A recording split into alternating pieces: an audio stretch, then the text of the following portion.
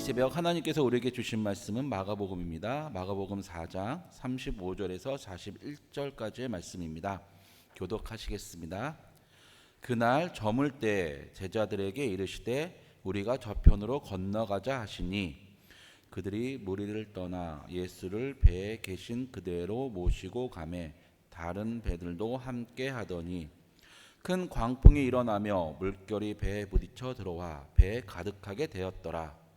예수께서는 고물에서 베개를 보고 주무시더니 제자들이 깨우며 이르되 선생님이여 우리가 죽게 된 것을 돌보지 아니하시나이까 하니 예수께서 깨어 바람을 꾸짖으시매 바다더러 이르시되 잠잠하라 고요하라 하시니 바람이 그치고 아주 잔잔하여지더라. 이에 제자들에게 이르시되 어찌하여 이렇게 무서워하느냐 너희가 어찌 믿음이 없느냐 하시니 그들이 심히 두려워하여 서로 말하되 그가 누구이기에 바람과 바다도 순종하는가 하였더라. 아멘. 예, 지금 새벽마다 마가복음서를 보고 있습니다. 지금 이 장면은 4장부터 연결되는 4장 처음 그러니까 3장부터 쭉 연결되는데 예수님이 이제 갈릴리 바닷가에서 천국 나라 말씀을 전하고 있습니다. 근데 사람들이 너무 많이 모이니까 계속 더 듣기 위해서 다가오니까 위험할 것 같아서 예수님이 제자들에게 얘기를 합니다. 배를 띄워라. 내가 배에서 사람들을 가르치겠다. 그래서 배를 타시고 육지에서 떨어진 상태에서 몰려든 사람들에게 천국 복음을 전하고 계십니다. 하루 종일 말씀을 전하셨고 이제 해가 뉘엿뉘엿 질 때 예수님께서 제자들에게 저편으로 건너가자, 바다 저편으로 건너가자 이렇게 말씀하셨고 제자들은 예수님의 말씀을 듣고 순종해서 배를 몰고 바다 저편으로 건너가고 그 옆에서 같이 배를 이제 바닷가니까 어부들이 있겠죠. 그들도 예수님 말씀을 듣다가 같이 이동하게 됩니다. 예수님이 가시니까 따라가야지. 그 말씀을 더 듣고 싶어서 따라가게 됩니다. 예수님은 힘드셨는지 하루 종일 말씀을 가르쳐서 힘드셨는지 배가 이동하는 도중에 고물 앞쪽에 이제 어부들이 일을 하다가 앉아서 쉴 수 있는 곳에 누우셔서 주무시고 계시고 제자들은 그런 예수님을 보면서 열심히 배를 저어서 건너편으로 빨리 건너가고 있습니다. 해가 져서 어두우니까요. 근데 갑자기 광풍이 붑니다. 풍랑이 일죠. 파도가 심해집니다. 얼마나 심해지냐 하면 마가는 이렇게 얘기합니다. 물결이 배를 쳐서 배에 가득하게 되었더라. 바닷물이 들어와서 배가 가라앉게 되니까 이제 제자들이 걱정이 되고 무서워집니다. 이대로 물이 빠지는 거 아닐까? 빠져서 우리가 다 죽는 거 아닐까? 하고서 이제 막 난리치면서 호들갑을 떨면서 물을 퍼내고 있겠죠. 그래서 어디 우리 도와줄 사람이 또 없나 보니까 자기의 스승이신 예수님이 바다 앞에서 너무 편하게 주무시고 계시는 거예요. 아무것도 신경 안 쓰고. 그때 제자들의 마음이 어땠을까요? 원망이 가득했겠죠. 도대체 우리는 지금 죽을 똥 말똥하고 열심히 하고 있는데 왜 예수님은 저기서 주무시고 계시지? 우리 선생이라고 하는데 왜 우리를 안 도와주시지? 아니면 우리가 어제 오후 말씀이었던 요나가 또 생각날 수도 있습니다. 다시스로 도망가는데 풍랑을 만났고 그때 요나는 배 밑에서 자고 있었죠. 선장이 요나를 깨우니까 그 신을 위해서 기도하라. 안 하고 요나가 하는 말 나를 집어 던지면 모든 게 해결된다. 아마 예수님이 일어나시면 예수님이 하나님께 기도하면 모든 것이 해결이 된다. 요나는 바다에 빠졌지만 우리 선생님은 기도하면 될 거야 라는 생각 때문에 선생님을 급하게 깨워서 이렇게 얘기하죠. 지금 우리가 죽게 됐는데 선생님 뭐 하십니까? 빨리 우리를 도와주셔야지. 기도를 하시든지 아니면 이 물을 퍼주시든지 해주셔야 우리가 살 거 아닙니까? 라고 불평을 하고 불만을 하죠. 그러자 예수님은 아무것도 안 하시고 저 바깥에 제자들이 볼 때는 아무것도 없는 배 밖입니다. 밖을 보고 얘기하시죠. 잠잠하라 고요하라. 그 모습을 보는 제자들은 제가 그 자리에 있었다면 뭐지? 우리 선생님이 죽을 때 되니까 미쳤나? 라고 생각할 것 같아요. 생각해 보세요. 파도가 일고 바람이 심하게 부는데 거기를 향해서 얘기를 합니다. 잠잠하라 고요하라. 어느 누구가 그러면 우리가 조용해질까를 합니까? 아니 하나님이여 우리를 구원해주는 이렇게 해야 되는데 제자들이 의심하고 있었을 그 상황에 갑자기 바다가 조용해집니다. 잠잠해집니다. 마치 풍랑이 언제 있었냐는 듯이 모든 것이 다 해결됩니다. 그리고 제자들은 가던 항해를 할 수 있었죠. 제자들은 그 모습을 보고 수군거리며 놀라며 얘기합니다. 도대체 저 예수라는 저 우리의 스승이 누구이길래, 이 사람이 누구이길래 자연도 바다도 바람도 이 사람한테 순종하느냐. 놀랍니다. 이들이 놀란 이유는 그때 히브리 유대인들은 이런 생각이 있었습니다. 자연을 다스리는 이 자연을 마음대로 할 수 있는 사람이 바로 신이라고 하는 개념이, 그런 생각이 있었기 때문에 예수님을 보면서 저 사람은 우리와 같은 인간인데 어떻게 신처럼 이 바다를 잠잠하고 다스릴 수 있지? 바람도 그 말에 순종하지? 정말 이 사람이 신일까? 의심을 했었죠. 제가 볼 때 제자들은 믿지 못했습니다. 아직까지는요. 그 이후에 믿게 되는 거죠. 이게 오늘 우리 본문의 내용을 좀 간략하게 설명한 내용인데, 저는 이 본문을 읽으면서 되게 의문 드는 게, 제자들은 뭐지? 예수님이 아무리 배에서 복음을 전하셨고 해가 저물어서 가자고 합니다. 건너편으로. 근데 제자들은 대부분이 어부였습니다. 베드로, 야고보, 요한, 안드레. 베드로를 부르시고 안드레를 부르시고 자기 친구들을 데리고 옵니다. 어부의 친구는 어부죠. 어부를 데리고 와서 어부들이 많습니다. 그리고 그 갈릴리 바다에서 십몇 년을 어부로 산 사람입니다. 저는 궁금했던 게, 이들이 과연 풍랑이 그런 앞에 일어나는 그런 현상들, 전조를 이들이 몰랐을까? 그러니까 이 말씀을 가지고 궁금해서 제가 아내한테 얘기를 던졌어요. 과연 제자들이 몰랐을까? 근데 아내는 몰랐을 수 있다고 얘기하더라고요. 곰곰이 생각해 보니까 몰랐을 수 있습니다. 이들이 풍랑이 일지 파도가 거칠지 모를 수도 있지만, 밤바다가 얼마나 무서운지, 갈릴리 바다의 밤이 얼마나 무서운지는 알 수 있었던 사람들입니다. 제가 궁금했어요. 몰랐을까 때문에 찾아보니까 갈릴리 바다 크기가 동서 위아래는 21km 됩니다. 그리고 그러니까 동서로 옆으로는 길어야 12km입니다. 12km. 제가 육군을 했는데 제가 맡은 보직이 운항관제 타워에 가서 비행기를 이렇게 관제하는 그 보직을 맡아서 교육을 받았는데, 세븐마일 클리어라고 조종사한테 이제 관제사가 얘기를 하는데, 이게 뭐냐면 비행기가 착륙할 때 시야가 중요하잖아요. 그러니까 그 공항 주변에 안개가 꼈는지 구름이 있는지 잘 보이는지 얘기하는데, 최대 길이가 7마일, 7마일. 그러니까 우리로 하면 약 10km에서 11km 정도는 거리가 보이면 여기 아주 맑다. 착륙하는데 비행장 활주로 보는데 문제 없어. 조심해서 내려오지만 안전할 거야. 걱정하지 마. 네 실력으로 할 수 있어라는 이런 그 안도의 그런 말을 주는 뜻입니다. 12km는 조금 부족하니까 맑은 날에는 건너편이 보입니다.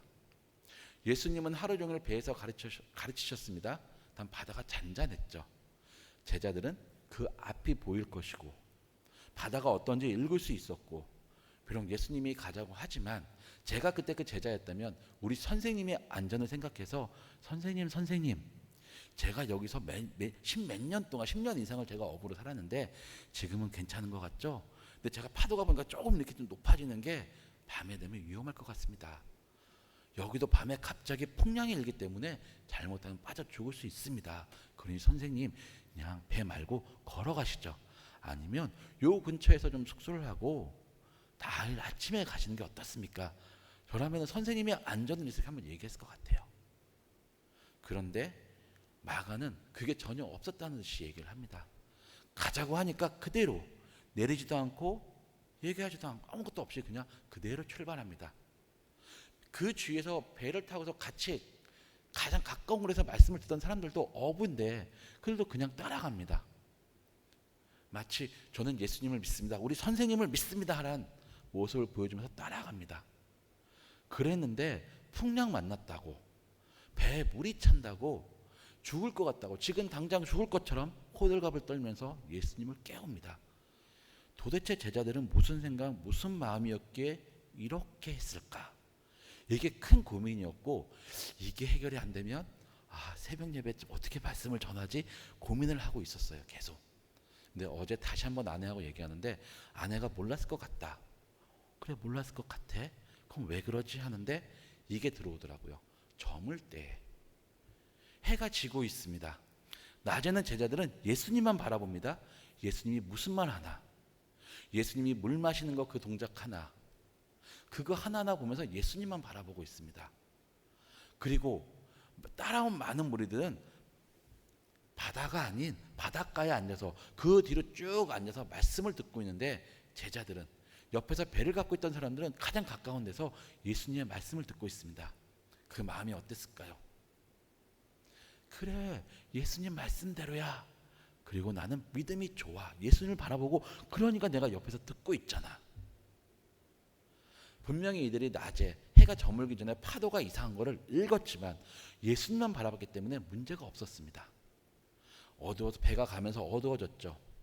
예수님은 주무시고 계시죠.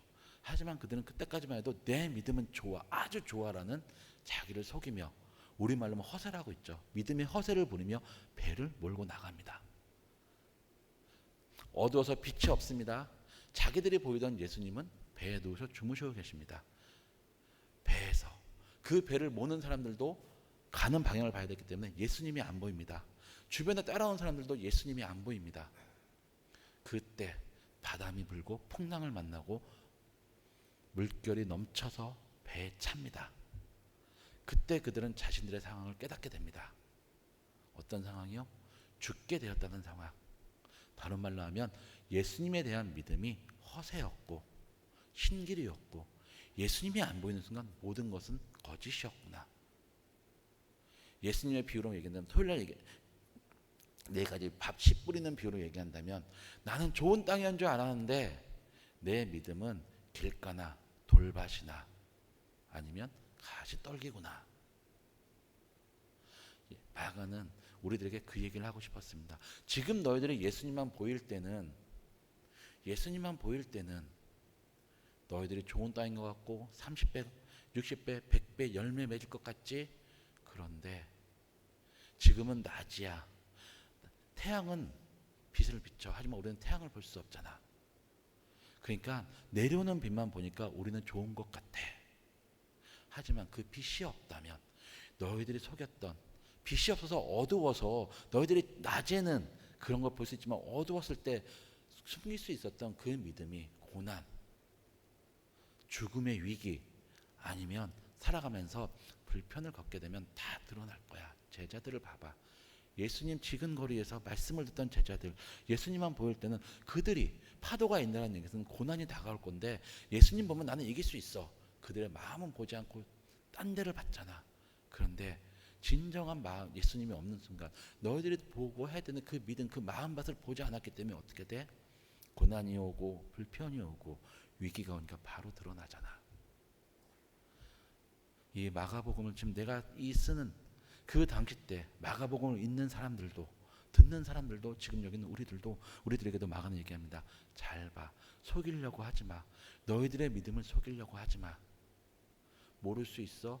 그러면 너희들이 좋은 맛이 아닐 것 같다 그러면 하나님께 솔직하게 고백해. 하나님, 내 믿음이 작습니다. 내 믿음이 작습니다. 그러니 도와주십시오. 내 믿음이 작은 믿음이죠. 오직 예수님만 바라보며 살아갈 수 있게 도와주십시오. 기도해. 저는 일주일 가까이 이 본문을 읽고 생각하고 기도하고 묵상하고 진짜 많은 자료들을 찾아보면서 이 말씀이 이렇게 어젯밤에 하나님께서 주시더라고요. 제일 먼저, 야 중원아, 너 믿음은 어때? 제가 요즘 여기 이제 한 달, 이제 2달째 돼가고 있는데, 요즘 마음이 편해지면서 제가 예전에 저도 제된 본성이 나오는 걸 보면서, 내가 목사라고 하지만 나도 좋은 밭이 아니고 열매를 많이 못 맺는 밭이구나. 더 하나님 앞에서 꼭 무릎 꿇고 기도해야 되는구나. 더 겸손해야 되는구나 보이더라고요. 성도님들 마찬가지입니다. 우리들은 좋은 밭인 것 같지만 착각하고 허세를 부릴 수 있습니다. 하지만 예수님 앞에 나아갈 때는 그 허세를 버리십시오. 그럴 때 예수님께서 우리를 보듬어 주시고, 괜찮다. 너가 그 자리에 있는 것만으로도 너는 잘하고 있어라고 말씀해 주시고 위로해 주시고 힘을 주십니다.